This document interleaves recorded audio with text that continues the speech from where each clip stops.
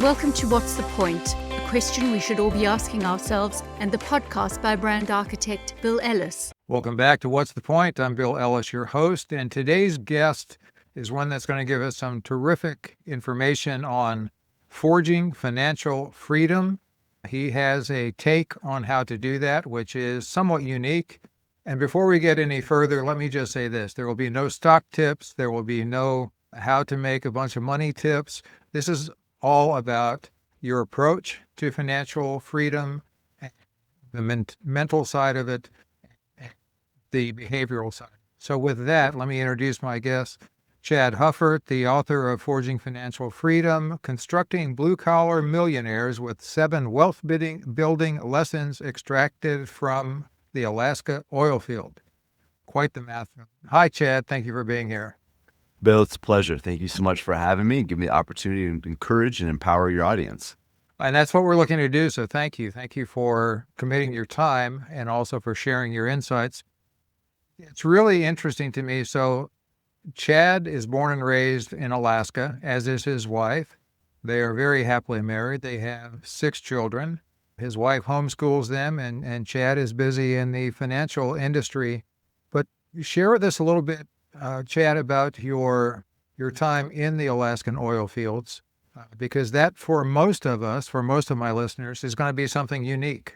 Well, and just to give people a little context, the folks that work in the Alaska oil field, a lot of them work on, we call it the North Slope. It is up above the Arctic Circle, literally dark for most of the time, for several months of the year. I mean, the sun just kind of crests the horizon, getting temperatures of 40, 50 below plus wind chill. That doesn't include wind chill. 40, 50 below plus wind chill are not uncommon. People don't see their families for 2, 3, 4 weeks, even sometimes months at a time. So it's a very volatile industry. And I had somebody tell me, they said, Chad, we're talking about trying to plan for 20 years in the future. I don't know if I'm going to have a job 20 days from now. Because all it takes is a spill or a mistake or an accident or a change in government regulations, and an entire project can be shut down almost immediately. So what the oil field does is it has a tendency to exaggerate and exasperate the challenges all of us feel when planning for the future. But it makes all those things we all struggle with even harder, like being on a budget. That's probably a 4-letter word for some of your audience. Nobody likes being well, some people like being on budget, but for a lot of folks, that's a big struggle. But we have people telling us in the oil field, like, well, I'm at work, working 14, 16-hour days, 2 weeks out of the month, and then the other half of the month I'm in town. I have like 2 completely different lives. How do I budget for that? And so like all these things, it ups the ante on the importance of long-term planning when you're dealing with people who work in the oil industry. But again, it's not anything that folks like you and I and most of your audience probably don't have to deal with. It's just maybe exaggerated or heightened a little bit because of the uncertainty, the volatility. And I mean, there's a lot of stress in other industries too. I mean, you think about firefighters or law enforcement, first responders, nurses. We all have stress, but I think we just have, being here in Alaska, we have access to that industry, and it's a nice microcosm to look at the frustrations that a lot of people deal with when planning for the future in a very clear way. I like the fact that you say it is something that we all face, just maybe in a more exaggerated manner, because I find that is a great way for us to learn. If we can make the relational connection between the extreme factors the Alaskan oil field workers go through and relate it to what we go through, we can learn quite a bit. And let me start with something you talked about. You talked about budgeting. And what you say and what it says in your book is that budgeting shouldn't be considered a chore, that budgeting is actually liberating. Expand on that, please. Well, a lot of people think about a budget as telling themselves what they can't do. And my encouragement would be to people think about it like a calendar. A calendar doesn't tell you what you can't do. A calendar prioritizes the most important things in your life to make sure those things happen. And then you fill in the rest of your time with things that are maybe less important or less necessary. A budget's the same way. You budget the things that are most important in your life to make sure those things happen. If you have any leftovers towards the end of the month, then you do those things. But typically, we live just the opposite. We leave our leftovers to the most important things in our life: paying down debt, saving for retirement, saving for our kids' college. And for the first 2/3, 3/4 of the month, we're spending on things that don't really matter that much. And we're spending reactively rather than proactively. And Bill, you and I know from, we've talked previous conversations, this idea of intentionality is very important to both of us. And it's important that we spend our time and our money on purpose. And that's what a budget allows you to do, is to schedule your finances to make sure that that energy and effort goes to the right places. That's terrific. Your calendar analogy is beautiful. Thank you for that. I would not have thought of that, but it just made it crystal clear. Part of the thing about your book, and just to build upon the opening, you look at forging financial freedom more as based on personal motivation, almost more so than investment strategies, discipline, grit, resilience. And let me just ask this. Did you personally work in the oil fields, or is this your experience from knowing probably countless people that have? I did not personally work in the oil fields, but very intimately connected with a lot of the folks, a lot of the companies up here. And we interviewed several hundred oil field workers, a lot of them in Alaska, but some in other parts of the United States and even other parts of the world. Okay. So talk to me about grit, resilience, personal motivation, and some of the behavioral characteristics that are essential, in your view, to forging financial freedom. Well, in the last 20 years doing this, Bill, I've seen so many people abandon perfectly good financial plans, really good investment strategies.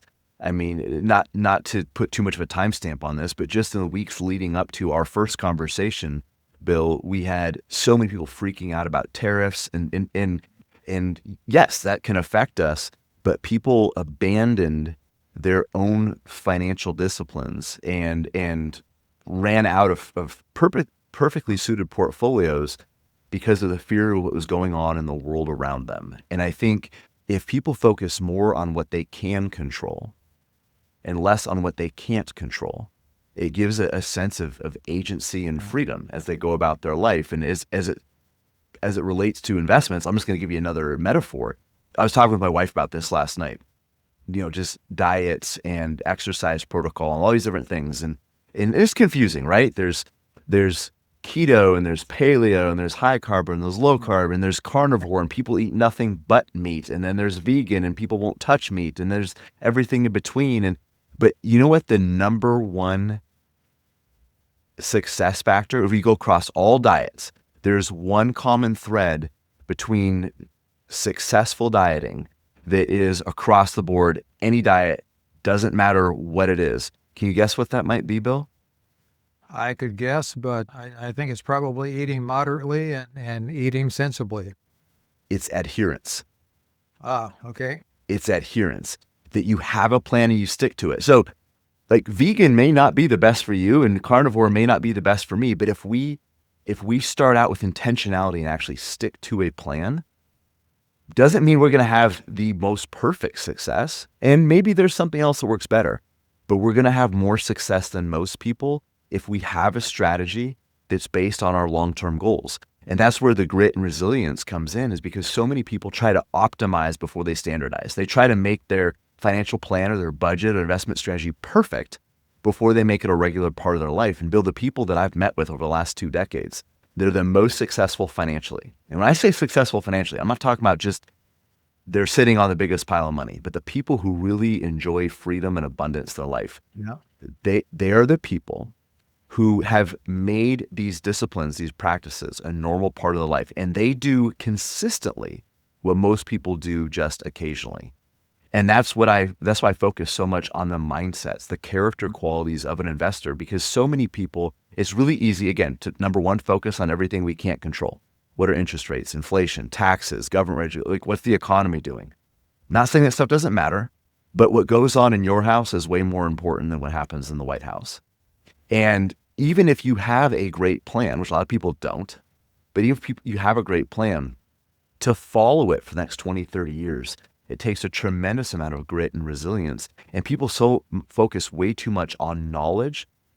Either they're studying and researching things that may not matter that much or they can't control, or they talk down to themselves saying, I'm not smart enough. I don't have this pedigree in economics and finances. I can't become financially successful because it's not about knowledge. It's not about intelligence. Yes, you need a certain amount of knowledge, but it's about character. All the things that this book talks about are the character qualities necessary to build meaningful and sustainable wealth, and having the mindset to actually experience the abundance that those things can create. So one of the points that you make, and I think it's at the core of what you make and what you've been saying, just to look at it a different way, you say that the individual is the biggest variable in their financial trajectory.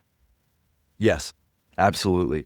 And your behavior, the decisions you make, the choices you make, though that is the biggest variable. Those are the biggest variables in the trajectory of somebody's success. And again, your 401k is your job, what they offer, that matters. Your salary, that matters. What happens in the local economy and even the broader, that stuff matters. If we go through recession, that matters. Like, all those things matter. But we've seen time and time again, Bill, people like this, I know people like this that had everything stacked against them, but still figured out a way to succeed. I've got a friend right now who's a neurologist up here in Anchorage, and she was a Bosnian refugee. She came over in the 90s. I mean, you and I remember what that was like in the civil war that was going. They came up here. Everything they owned was in a backpack. Everything they owned was in a backpack. She is now a neurologist. One of her brothers is an engineer. Her other brother is a dentist. Now, there's a lot of grit, there's a determination, but if you look at, they had everything stacked against them. And I'm not saying that we can control our own destiny completely, but we can greatly influence it. And I think too many people have come to a place of learned helplessness where their focus has been so much on what they can't control that they're sitting here in life waiting for somebody to rescue them. Well, I can't build a better life for myself until my spouse treats me better, or until my boss gives me a raise, or until I get the promotion, until I can't save money until I make more money. I don't have enough wealth to be able to invest properly. That's kind of like saying, I'm going to wait to go to the gym until I'm stronger. I'm not strong enough to go to the gym yet. Like, you have to take advantage of the opportunities while they're in front of you, even if they're really, really small. And you chip away at those things. You build the habits, you build the behaviors. And a lot of people think that it's this one thing that is going to change your trajectory. And it's not. It's a lot of little things. It's the mundane things that people do every single day that separates them. Again, it's successful people do regularly what most people only do sporadically. And that's really the biggest difference, is that consistency. And that's where that personal agency comes in. I need to be in the driver's seat of my own life. Bill, you need to be in the driver's seat of your own life. But too many of us have come to this place of learned helplessness where we're kind of sitting in the passenger seat, hoping that the car steers itself down the right path. Yeah, learned helplessness is a strong factor in a lot of people not reaching their goals, financial or otherwise. Let me take a quick second just to go back, Chad, to your comment about your friend, the Bosnian who became a neurologist. And regular listeners know that I'm based in St. Louis. St. Louis has the largest Bosnian population outside of Bosnia. And they are perhaps the most industrious, focused, purpose-driven group of people that I'm personally familiar with. And for us to turn our nose down or to close our borders to refugees, to me, is not only a personal affront, but it's something that is cheating our country because of the talent and the drive that some of these people bring in. But speaking of that purpose that they have, let me jump into that. When you talk about the individual's financial trajectory, how important is it understanding their purpose? It is absolutely vital. And going back to what you do on this podcast every week, that is the guiding light, because money is so often treated as the objective. It's treated as the goal. And the problem with money as the goal, now don't get me wrong, it's important to have goals around money, but goal is a means to an end. Chasing wealth for wealth's sake is like chasing the horizon. It's out there. It looks really cool. It can be beautiful, but it's a phantom. We can run after it our whole life and never achieve it because the goalposts continue to move. There's no referee that's going to say, all right, Bill, you crossed the goal line, you've made it, touchdown. And we just keep pushing because there's always going to be somebody that has a nicer car, a bigger boat, a fancier house, cooler vacations. There's always somebody that has more. And having this idea of what's really vital to us, what is the point? What is the purpose for me building wealth is so crucial. And a lot of people don't know. So we end up chasing what we think is important to others, or we end up chasing what somebody else is chasing. Our peers, the people around us, like, oh, a boat, a cabin, vacation, all that stuff is important to these people. So that's what I'm going to chase. And they wonder why it doesn't give them fulfillment. It's like dancing to somebody else's music and wondering why you're tripping over your feet all the time. And we even have used the word retirement less because this idea of retiring to 20 years of Saturdays to endless weekends is not healthy for the people that we work with. A lot of people that listen to your show, Bill, they're more driven, they're more ambitious, they're more goal oriented. They probably have more grit and perseverance than the average person. They are the worst type of people to sit around and do nothing, to have a vacation that lasts 2 decades after they quit their job. So we talk about more this idea of a job or work optional lifestyle. A job optional lifestyle means that you've accumulated enough wealth to sustain your lifestyle, and more importantly, to give you the opportunity to pursue the most important things in your life, to pursue the passions in your life.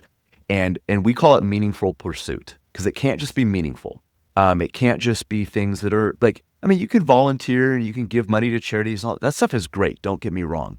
But the pursuit, there's got to be something that drives you, that challenges you, that pulls you out of bed in the morning, that gives you something to chase. So you continue to grow, because I think a lot of people can, when they've hit this place of financial independence, Bill, and for some people listening, like I can't even imagine, like I'm not even thinking about that. I can't even relate to financial independence, much less what comes after. But it's important that we raise the stakes because there's a lot of sacrifice necessary to get there. And if we raise the stakes on what we would do with our financial dependence, what is the point? What is the purpose? How can I leave a bigger dent in the world because I don't have to go to my 9-to-5 anymore? Is something people should think about at least a little bit every single day. And the idea of meaningful pursuit is that you continue to grow.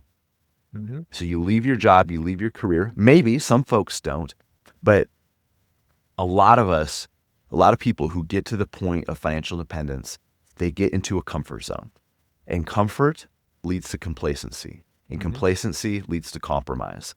And when people aren't chasing what is meaningful and what they're passionate about and what gives them fulfillment, they often end up chasing the wrong things. Absolutely. And when the focus is on, when the objective is money, we are not finding our purpose. We don't have a what's the point, because what the heck does money do for us? And some people would say, I'd rather be wealthy than poor, and I'll be happier than I would be if I'm poor. And there's probably some truth to that. But you mentioned, Chad, that a lot of people that listen to this show understand what you're talking about. I would submit to you that an equal number of people listening to this show, and the reason I do it are for these people, so that they can hear stories like yours, so that they can see people that are living their purpose and getting from that purpose what they want to be getting from it. And that's not always easy. And it starts with a lot of self-reflection. It starts with, whether on our own or whether with a trusted advisor or some guide, to find out what is important to us. What do we want to do? And being able to pursue a purpose, if we're ever able to get out of a 9-to-5 job, is perfectly great. But the other side of that is, even with a 9-to-5 job that we may not be able to escape from, we can still have a purpose, and the job is a means to the end. The job and the money is not the end. The job and the money is a means to the end. We just need to know what the end is. We need to be able to answer the question, what's the point? So yeah, we're very much in sync on that. Well, and that's one of the things I mentioned in the book as well. We've already alluded to this a little bit, but the dangers of treating financial independence or retirement like a finish line. A lot of people do. They treat it like that's like we're running a race, and when I cross that line, everything, my life is supposed to magically get better. And the problem with that, there's a lot of issues. We don't have time to get into all of them, but one of the big issues is the tendency to put everything on hold. Mm-hmm. Like I'm in this 9 to 5 job, so I don't have time to focus on my health and my relationships. Yeah, they might be suffering, and maybe my spiritual life is lacking or whatever. I mean, all the things are important in your life. And we put those things on hold. We say, when I hit this point, when I have X amount of dollars in the bank, when I'm able to retire, then I will focus on all these things. And Bill, I've spent my career being introduced to people in their 60s or 70s that spent their 30s and 40s trading away their health, their relationships, their faith. Everything was important to them to build wealth. And now they're 65 years old or 68 years old, and they're trying to buy back their health and their relationships, and it doesn't work. And you know that. So finding your purpose in whatever you're doing is vitally important, because I think a job, even if it's not an ideal job, even if you're waiting tables through college to get yourself into a career, or you're a barista, or you're working, maybe you got laid off and you're at a job that feels at a dead end, you can still make a huge impact in people around you, and you yourself can get sharper. The frustrations, the challenges, even the heartache of that job can sharpen you and make you better than you were before, and show up in the world tomorrow a better version of Bill Ellis or a better version of Chad Hufford. Agree 100%. And there are so many studies out now, Chad, that reinforce that. Studies of people that are, I'm getting close to that age that they want to have the interview with, but people on their deathbed, people in their later years, they're asked, what is your biggest disappointment in life, the way you lived it? And the two biggest answers that I'm aware of are not doing what I could have done, what I wanted to do. And the other one is not having a sense of community. And those are two things that are so fulfilling. Having a sense of community enriches us, reinforces us, and gives us a sense of safety and comfort. Doing things that we think about doing, that drives us. That's rewarding. I know that you and your wife travel quite a bit. And I think that exemplifies what I'm saying, that there's the chance, there's the opportunity, if we can find our purpose, to budget and plan on things like travel, even if it's a short trip, even if it's something different. And at least in the U.S., I don't think any of us travel enough. There's so much more to learn out there, but saying I can't travel because I've got this job or because any reason, whatever, is cheating ourselves. Well, I think to that point, we are a consumption society, and we have so much more now than we ever had before. I mean, even people at the poverty level have things that generations before us would have. I mean, just think of an iPhone or a smartphone. Almost everybody has one.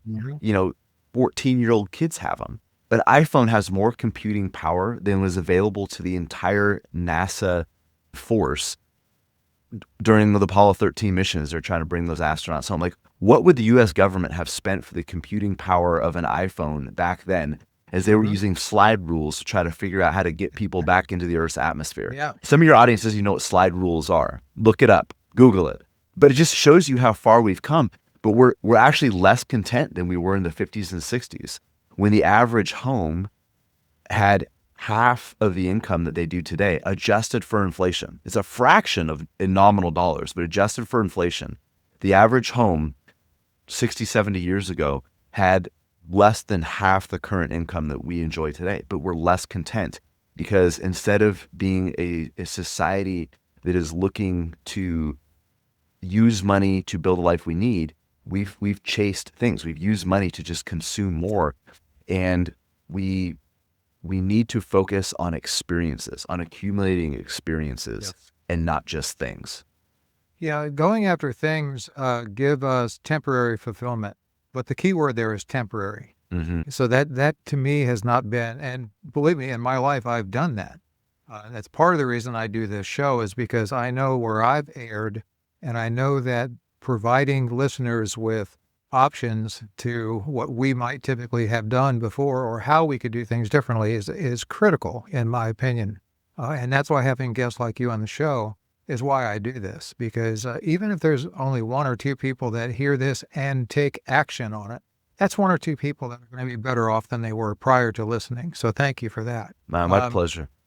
Yeah. So you talk about, and I'm reading some of the quotes here. You talk about fostering a sense of hope and possibility, replacing helplessness with a proactive approach to financial planning. How do you get people past that helplessness perspective and get it into hope and possibility? One of the questions we ask somebody who might be in a very difficult spot financially is, what is the smallest step you can take in the right direction? So just think about somebody, I'm going to go back to a health analogy, but maybe somebody who is recovering from a bad injury, or somebody maybe they just got diagnosed with diabetes, or they had a heart attack, and their doctor gives them a list of all these things they need. They got to take this medication, they have to eat different, they have to work out, they have to exercise, and all these. What is the smallest step you can take? Maybe it's replacing that last soda of the day with sparkling water. Maybe it's walking down the end of the street. We're not going to do a marathon today. We're going to walk for 5 minutes. We're going to walk for a couple hundred yards. What is the smallest step you can take? So one of the things we do with a lot of people is going back to that purpose and the point. Like, what is the point? We asked you, Bill, what would you want your life to look like if you never needed a paycheck ever again? And just get people to talk about that. That's a step. What it does, Bill, is it pulls them out of their day-to-day.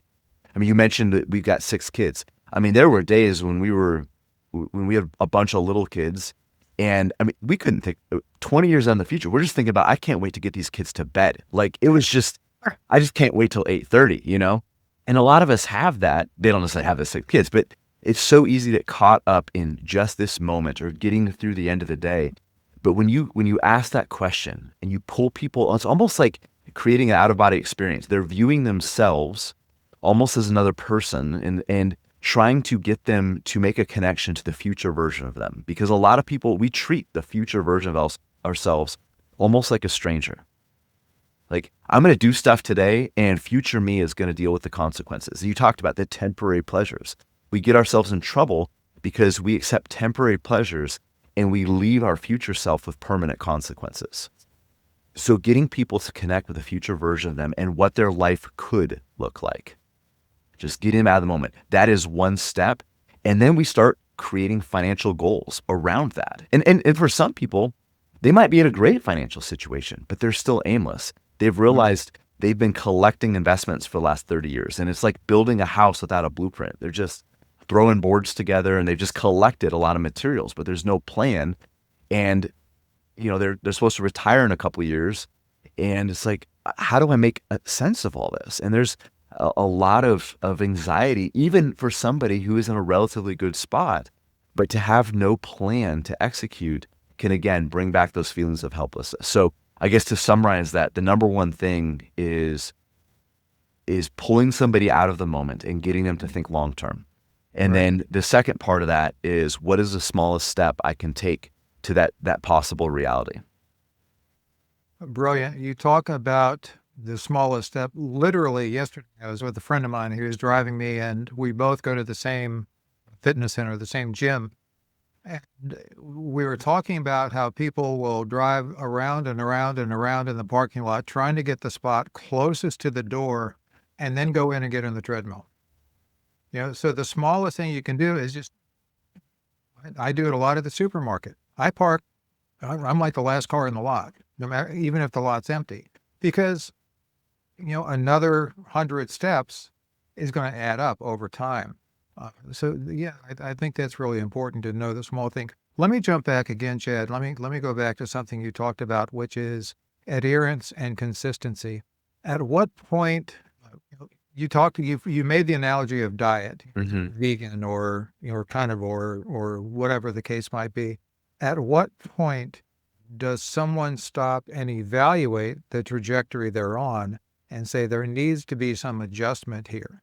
I need to get more vegetables in with my carnivore diet, or I need to get more meat in with my vegan diet. But in the world of financial trajectory, how does that happen?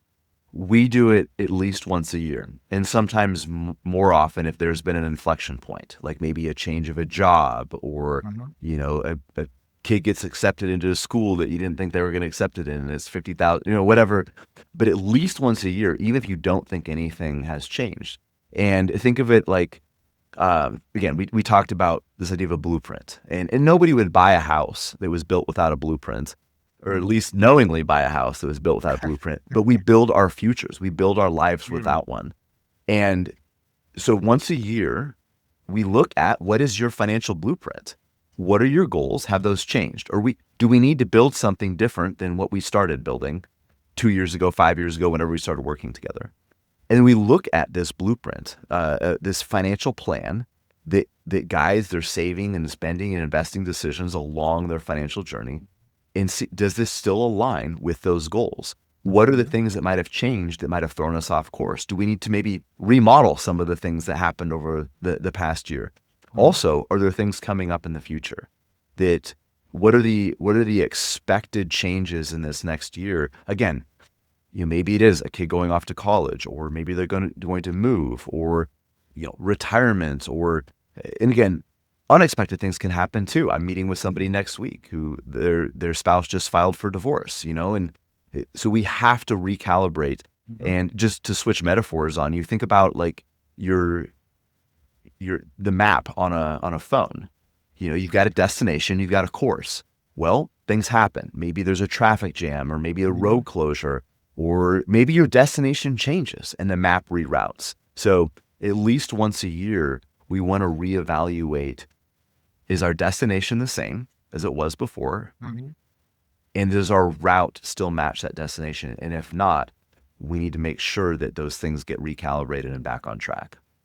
Right, and both of those can get recalibrated in conjunction or separately. Exactly. Right? Yep. And we might change what our purpose is because of something like divorce or any number of things, but our path may remain the same. On the other hand, our destination may remain the same, but we have to adjust the path. As you talk about the map on the phone, my first thought was, thank God for GPS, because back in the day, trying to get places without a map or with a paper map, well, how we did it, I don't know.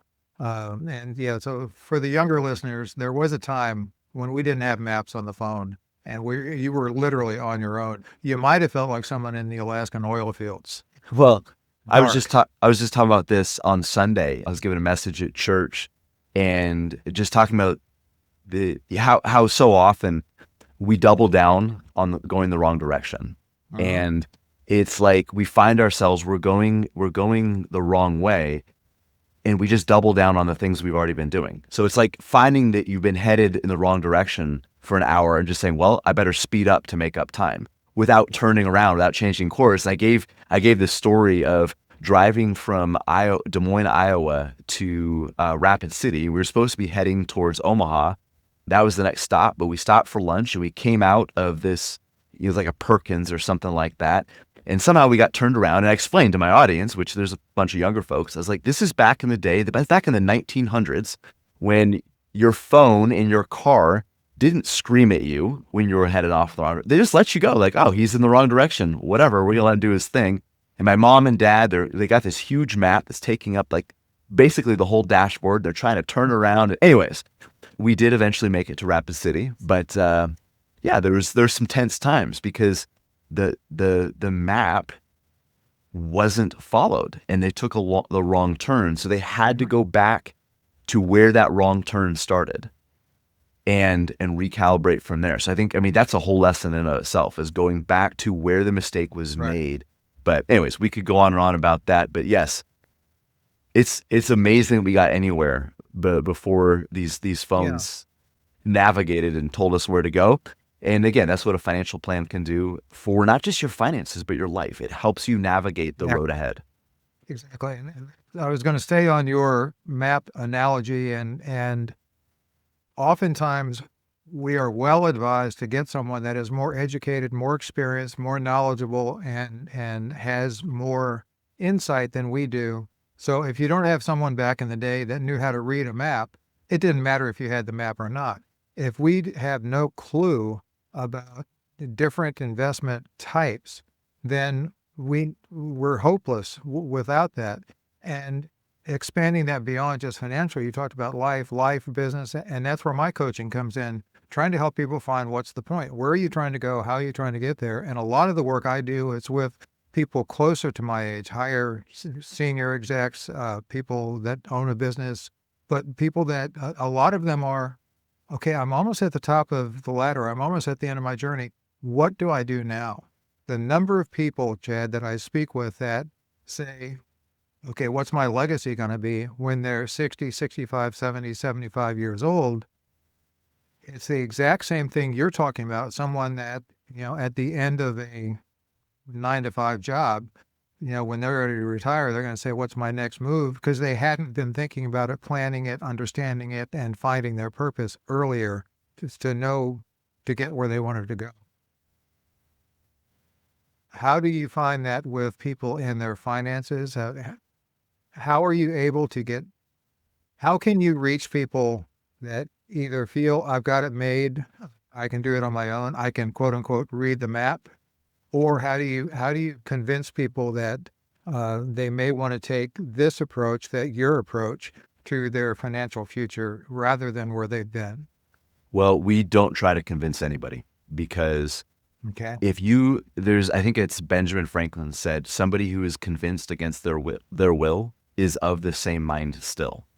Wow. So you may get them to temporarily join you on this journey, but they're gonna try to grab the steering wheel and turn it back around, and it's a partnership. And we're not trying to convince somebody that they might be off course. Just think of a personal trainer, right? To use one more fitness metaphor. A personal trainer is not there to convince you need to work out. That's not his job. The personal trainer, she's going to help you create a path and a plan, and most importantly, execute and stay accountable to that plan to get in better shape, not convince you that it's necessary. Now, they might talk to the importance of, hey, tomorrow we're going to be working on this. Here's how it's going to impact and better your life. Here's how it's going to bring you one step closer to your desired outcome. But our job is never to convince people, because then you have to convince them over and over and over again. And it's way easier to help steer and navigate somebody's vehicle than it is to push it. So we want people who are motivated, they're coachable. We want people who are coachable, that are willing to look at what they've done and realize I might be off course, or maybe I don't even know where the course is. So I'm going to be open to getting some help and feedback from somebody else that might help me navigate. If somebody's off course and they just want to keep doing what got them off course and hope for a better result, there's not a lot we can do for that individual.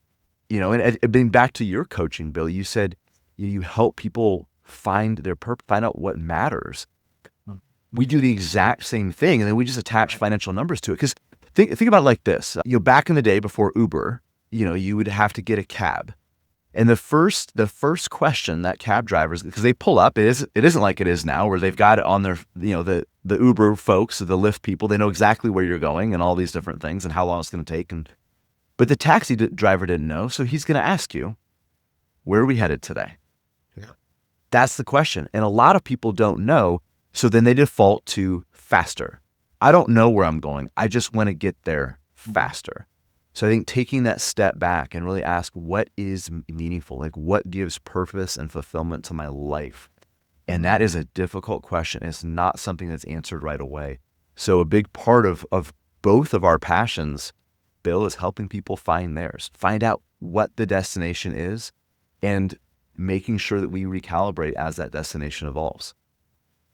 Yeah, I agree 100%. And it's one thing that I kind of take exception to is when I hear people say, find your passion, you'll never work another day in your life. And I call BS on that. Agreed. Passion is an emotion, and emotions fade. fuel that keeps our passion burning is our purpose. And staying in touch with our purpose is what's going to fuel our passion. Back to the training analogy, we're talking a lot about that because we're both very much into fitness. The friend that was driving me yesterday, talking about the gym, talked about how his trainer told him that she finds him to be her favorite client because he listens to her and he does what she suggests he do and what she guides him to do. And she said, people that come in and say, I'm not doing that, why are you hiring me? If you're not going to listen. I'm part of a fellowship that one of our traditions talks about attraction rather than promotion. Mm-hmm. And influence, think of it as a rope. Influence, you're not going to influence anybody by trying to push the rope because you can't push a rope, but you can pull a rope. And if you're attractive enough, and if what you're talking about, people see that your approach is successful, if they want it, they'll become one of your clients. And if they become one of your clients based on everything I know about you, they'll be grateful that they are because they'll start heading with purpose into the right direction. I love what you just said, and I think that's super critical. So I'm going to explain it again just briefly for your audience. A lot of people try to follow their passions to find their purpose, and we get it backwards. Mm-hmm. You identify your purpose, and then your passion starts to grow. And that's what happened in this job. I don't know if you know this, Bill. My degree's in biochemistry. I did not know that. That's how I met this Bosnian guy. We were on the medical path together, and my purpose hasn't changed, but my avenue for filling that purpose did. And my passion in this grew. I still have a passion for medicine and biochemistry, all those different things, but my passion in finance grew because that is how I help people live a life of abundance. And I think, to your point, people give way too much weight and credence to emotions, to how they feel. And we get it backwards. Like we don't feel motivated, so we don't go to the gym. No, you go to the gym, and then after 10, 15 minutes, then you start to feel your motivation. Exactly. We often have to act first and then let our feelings follow. Mm-hmm. That is just so absolutely correct, Chad. It's great. And just to go back, I'm going back quite a bit because what we talk about really ties in, but back to our typical societal approach now, consumerism. Mm-hmm. A lot of us do things because it makes us feel good right now. And that's kind of like fueling our passion and losing our purpose.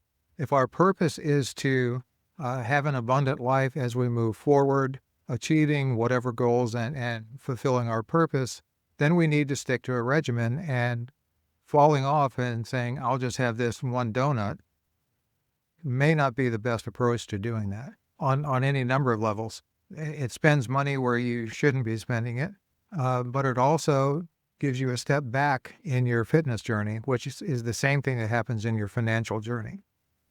Chad, we're coming up on the amount of time that I've asked you to commit to me, and I thank you so much for being here and sharing your wisdom and insight. I know it's going to help the people that are listening. Before we go, I believe you're expecting this, but in the context of forging financial freedom and finding life's abundance, in any context that you care to respond to this, Chad, how would you answer what's the point? Well, what is the point is what you already said it. What is the legacy I'm leaving in the life of other people? And how have I made somebody else's life better today? I will be gone someday. Bill, you will be gone someday. The lives that we leave behind, how do we make those lives better because those people knew us, or at least even experienced some of the expertise that we have? That's the point to me. And once again, I am in total agreement with you. I love that. That's how you answered that question. And I love that's how you approach your business of helping people forge financial freedom. Chad Hufford, everyone, how to get his book, how to get in touch with him. It's all in the show notes, as you well know. Chad, thank you again for your time and your insights. I appreciate it, brother. Bill, it's been a blessing to me. I really appreciate the opportunity. Just give your audience one last thought to think about. When you make a decision, we make a choice. Just think, am I stealing from or serving the future version of me? Great, And with that, It was a pleasure to be here. Thank you.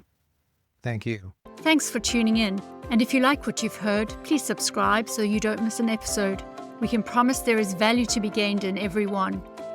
Taking a second to rate, review, and share the show helps make us more discoverable and enables others to find out what's the point. If you'd like to learn more about Bill Ellis and his services, please visit his website, billellis.com. See you next time.